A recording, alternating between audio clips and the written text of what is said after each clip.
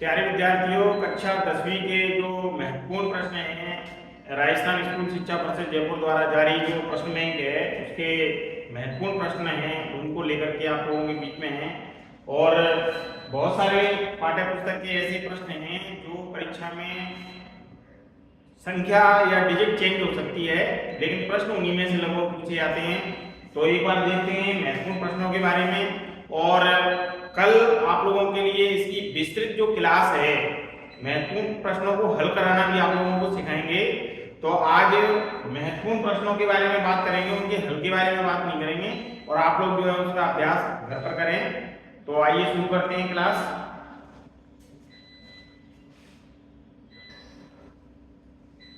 देखिए विद्यार्थियों, कक्षा 10वीं का जो बोर्ड का पेपर है वो किस तरीके का होने वाला है। इसमें देखिए पहला प्रश्न है, वस्तुनिष्ठ प्रश्नों में निम्नलिखित में आधारभूत प्रमेय है। ए बराबर B Q plus R, A equal to B Q plus R, A equal to B Q plus R, इनमें से कोई नहीं। तो A equal to B Q plus R जहां 0 से बड़ा है, आर से बड़ा है बी, तो इसका आंसर ये बिल्कुल सही है। दूसरा प्रश्न है, निम्न में से रैखिक बहुपद नहीं है। रैखिक बहुपद इनमें से कौन सा नहीं है? ये नहीं है, ये नहीं है, या ये नहीं है, या तो y बराबर mx प्लस c के रूप का होता है, ax प्लस b के रूप का होता है, वो रैखिक बहुपद होता है। बाकी जो है तो ये इनमें से कोई नहीं। वर्ण अंतराल कितने प्रकार का होता है? 1 2 3 या 0। अवरोधी समीकरण में ग्राफ की स्थिति कैसी होती है? समांतर, प्रच्छेदी, अद्वितीय, कोई नहीं। एक अर्थमेटिक प्रोग्रेशन दी हुई है 3.2 1.2 -1.2 -3.2 में सार्वंतर क्या होगा? तो सार्वंतर निकालने के लिए इस वाले पद में से इस वाले पद को घटाया दिया जाता है। अब देखिए ए बी स्क्वायर बराबर A C square plus B C square प्रतिपादित होता है। तो ए बी सी एक समकोण त्रिभुज है जिसका समकोण अवस्थित है शीर्ष ए पर, बी पर, सी पर या उपरोक्त में से कोई नहीं। अगला प्रश्न है, बिंदु 2 -3 और -1 x के साथ दूरी 5 है, तो x का मान क्या होगा? 2 sin थीटा cosec थीटा का मान क्या होगा? जैसे sin थीटा का उल्टा होता है cosec थीटा, तो इससे ये कट गया तो 2 बचा, 2 इसका आंसर हो जाएगा। मैं केवल अभी बात कर रहा हूँ इंपॉर्टेंट प्रश्नों की, मैं इसका हल कल आप लोगों के लिए कराऊंगा। बहुत महत्वपूर्ण प्रश्न लेकर के इस प्रश्न पत्र को भी हल कराएंगे और आगे भी कराएंगे। आप लोगों को एक आइडिया हो जाए कि पेपर किस तरीके का आने वाला है, तो उसके बारे में देखिए। आगे बढ़ते हैं। किसी मीनार की छाया उसकी ऊंचाई के बराबर है तो सूर्य का उन्नयन कोण क्या होगा? तो ये रटा हुआ प्रश्न है, इसका आंसर 45 डिग्री है। आंकड़े 4 3 2 6 5 का माध्य क्या होगा? तो माध्य ज्ञात करने के लिए n बटा 2 या n प्लस 1 बटा 2 जो है निकालते हैं। तो पहले इसको हम लोग जो है असेंडिंग ऑर्डर में सेट कर लेंगे, आरोही क्रम में, और उसके बाद में जो है निकाल लेंगे। किसी पृष्ठ पर खींची गई स्पर्शरेखा उस पृष्ठ को कितने बिंदुओं पर प्रतिच्छेद करती है? 1 2 3 या 0।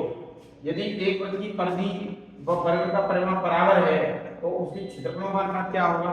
ये भी एक प्रश्न है। बिंदु x, y के मूल बिंदु से दूरी क्या होगी? तो ये बिल्कुल सही आंसर है इसका। यदि p एक घटना योग्य होने की प्रायिकता को दर्शाता है तो इनमें से कौन सा आंसर जो है सही होगा? यदि 2a - 1 7 और 3a समांतर श्रेणी में है तो a का मान क्या होगा? निम्नलिखित में से रिक्त स्थान को पूर्ति कीजिए। कुछ प्रश्न जो है रिक्त स्थान संबंधी है, जैसे समांतर श्रेणी 2x 26 में x का मान क्या होगा? sin 0 डिग्री का मान क्या होगा? घनाभ के आमने सामने के फलक कैसे होते हैं? बारंबारता बंटन के माध्य बहुलक के बीच कैसा संबंध होता है? यदि किसी बंटन का माध्य 16 और बहुलक 13 है तो माध्य क्या होगा? सूत्र यदि हम लोगों को पता होगा तो निश्चित रूप से हम इन प्रश्नों को हल कर पाएंगे। यदि त्रिज्या r वाले वृत्त की त्रिज्या खंड जिसका कोण अंशों में थीटा है तो क्षेत्रफल क्या होगा? एक असंभव घटना की प्रायिकता क्या होती है? अंकगणितीय आधारभूत प्रमेय का कथन लिखिए। यदि गणित बहुपद px बराबर 2x minus plus x plus k का 0 3 है तो k का मान क्या होगा? यदि 4 पेन से 7 कलमों का मूल्य 50 रुपये और 7 पेन से 5 कलमों का मूल्य 40 रुपये है, तो इसे डी रूप में व्यक्त कीजिए।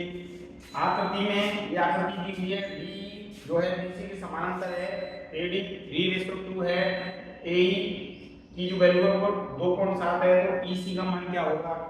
ये भी प्रश्न इस तरीके का पूछा जा सकता है। तो आधारभूत समानुपातिकता प्रमेय का जो प्रश्न है उसको भी आप लोग अच्छे से जो है तैयार रखें। बिंदुओं a x1/1 तथा b x2/2 को जोड़ने वाले रेखाखंड को m1 अनुपात m2 में अंतर विभाजित करने वाले बिंदु के निर्देश ज्ञात कीजिए। तो x बराबर m1 x2 + m2 x1 m1 + m2 और y बराबर m1/2 + m2/1 m1 + m2। इन दोनों सूत्रों को आप लोग अच्छे से याद रखें। एक गोले की त्रिज्या 8 सेंटीमीटर है, तो इससे 8 मिलीमीटर त्रिज्या की कितनी गोलियां बनाई जा सकती हैं।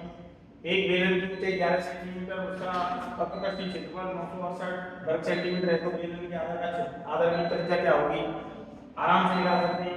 बाह्य बिंदु से पृष्ठ पर देखो कितनी स्पर्श रेखा की जा सकती है। कोई भी पृष्ठ है बाह्य बिंदु है उससे 2 स्पर्श रेखा की जा सकती हैं। एक मीनार की ऊंचाई उसकी परछाई के बराबर है, तो उन्हें कोण कितना होगा अभी ऊपर भी बताया था 45 डिग्री होगा 45 डिग्री का। एक मीनार से 100 मीटर की दूरी पर स्थित बिंदु पर मीनार का कोण 60 डिग्री है, तो मीनार की ऊंचाई क्या होगी। तो आप लोगों को लाल बटे कक्का लंब बटे कर्ण आधार बटे कर्ण लंब बटे आधार sine 30 degree 45 degree 60 degree 0 degree 90 degree ये वैल्यूज अच्छे से पता है। कॉस की वैल्यू पता है, टेन की पता है, यानी सारणियन आप लोगों को अच्छे से आता है, तो आप ये प्रश्न आराम से हल कर पाएंगे। अगला प्रश्न है, देखिए सिद्ध कीजिए कि 7 √ 5 एक अपरिमेय संख्या है, √ 5 एक अपरिमेय संख्या है, √ 2 एक अपरिमेय संख्या है। कोई सा भी प्रश्न जो है घुमा करके आ सकता है इसमें। एक द्विघात बहुपद ज्ञात कीजिए जिसके शून्यकों का योग √2 और गुणनफल जो है 1/3 है, तो आप आराम से ज्ञात कर सकते हैं इसको। अगला प्रश्न जो है देखिए इस तरीके का आ सकता है कि चित्र दिया हुआ होगा, चित्र में डी बराबर 8 सेंटीमीटर, पी बराबर 5 सेंटीमीटर, तो टीपी की लंबाई क्या होगी, टीपी की इस वाली की लंबाई क्या होगी, ये त्रिज्या हो गई, ये यहाँ से यहाँ तक की दूरी हो गई, और इसकी जो है पूछ लेंगे तो आराम से मिल जाएगी। अगला प्रश्न लीजिए 2x + 3y बराबर क्या है, 2x - 2y बराबर -120 को हल कीजिए और y बराबर x + 3 के लिए उसको मान ज्ञात कीजिए। यदि बिंदु x y बिंदुओं इतने तथा इतने से बराबर दूरी पर स्थित है तो सिद्ध कीजिए कि bx बराबर a y होगा। cos 45/37 + cos 31 का मान ज्ञात कीजिए।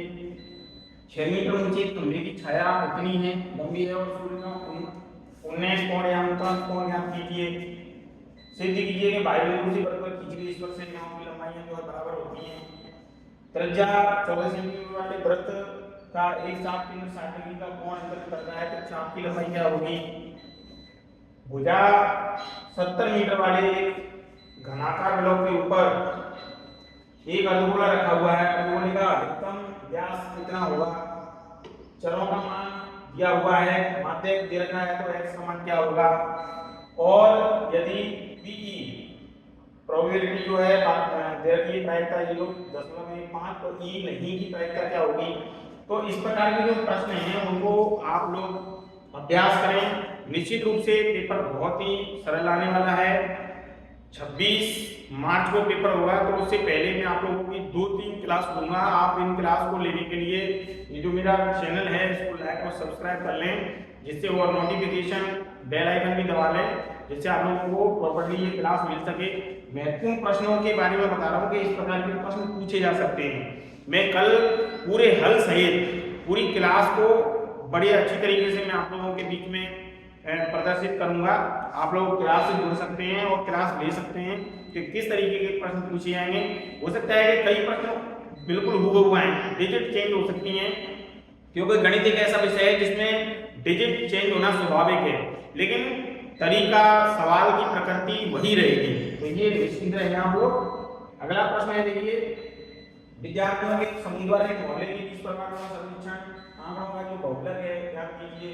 कोई भी आप लोगों के लिए वर्ग अंतराल दिया हुआ होगा, जो बारंबारता है वो दी हुई होगी, और उसकी सहायता से जो है आप बहुलक ज्ञात करने का जो सूत्र है z बराबर l + F1 माइनस F0 बटे 2 F1 minus F0 minus F2 into H। तो इस तरीके से जो है सूत्र लगा करके निकाल सकते हैं। माध्यक का सूत्र है L प्लस N बटे 2 माइनस C F बटा F इंटू H। तो माध्यक या बहुलक और कल्पित माध्य या आप लोगों के लिए बहुचलन विधि और कल्पित माध्य विधि दोनों में से कोई सी एक विधि आ सकती है। हो सकता है प्रत्यक्ष विधि है, अप्रत्यक्ष विधि नहीं है। केंद्र ए से प्रारंभ करते हुए बारी बारी से केंद्र ए और बी को लेते हुए त्रिज्या 0.5 सेंटीमीटर 1 सेंटीमीटर 1.5 सेंटीमीटर से 2 सेंटीमीटर वाले उत्तरोत्तर अर्धवृत्तों को खींचकर एक सर्कल बनाया गया है। 13 क्रमागत अर्धवृत्तों से बने इस सर्कल का भी लंबाई ज्ञात कीजिए। तो ये प्रश्न भी जो है पूछा जा सकता है, आप लोग इसको भी तैयार रखें। बिंदुओं इतने इतने को जोड़ने वाले रेखाखंड को समत्रिभाजित करने वाले बिंदुओं के निर्देशांक ज्ञात कीजिए। सिद्ध कीजिए कि वृत्त के प्रगट बनी चतुर्भुज आमने सामने भुजाएं केंद्र पर समकोण कोण करती हैं। या अगर ये नहीं आया तो फिर आप लोगों के लिए बोधायन प्रमेय जिसे पाइथागोरस प्रमेय कहते हैं वो भी आ सकती है।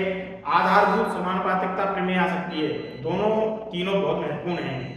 बोधायन प्रमेय जिसे पाइथागोरियन प्रमेय भी कहते हैं, पाइथागोरस थ्योरम। और अगर वो नहीं आई तो आधारभूत समानुपातिकता प्रमेय भी आ सकती है। AD बटे DB बराबर है E बटे AC। इसी त्रिभुज में किन्हीं दो भुजाओं को मिलाने वाला रेखाखंड तीसरी भुजा के समांतर होता है, वो वाली पूछी जा सकती है।